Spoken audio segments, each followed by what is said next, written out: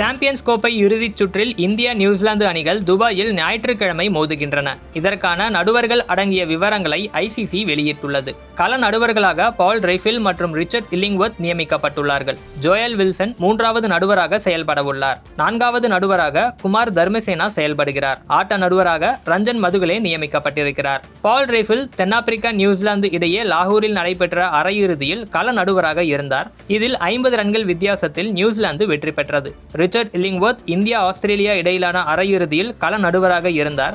இதில் இந்திய அணி 4 விக்கெட்டுகள் வித்தியாசத்தில் வெற்றி பெற்றது.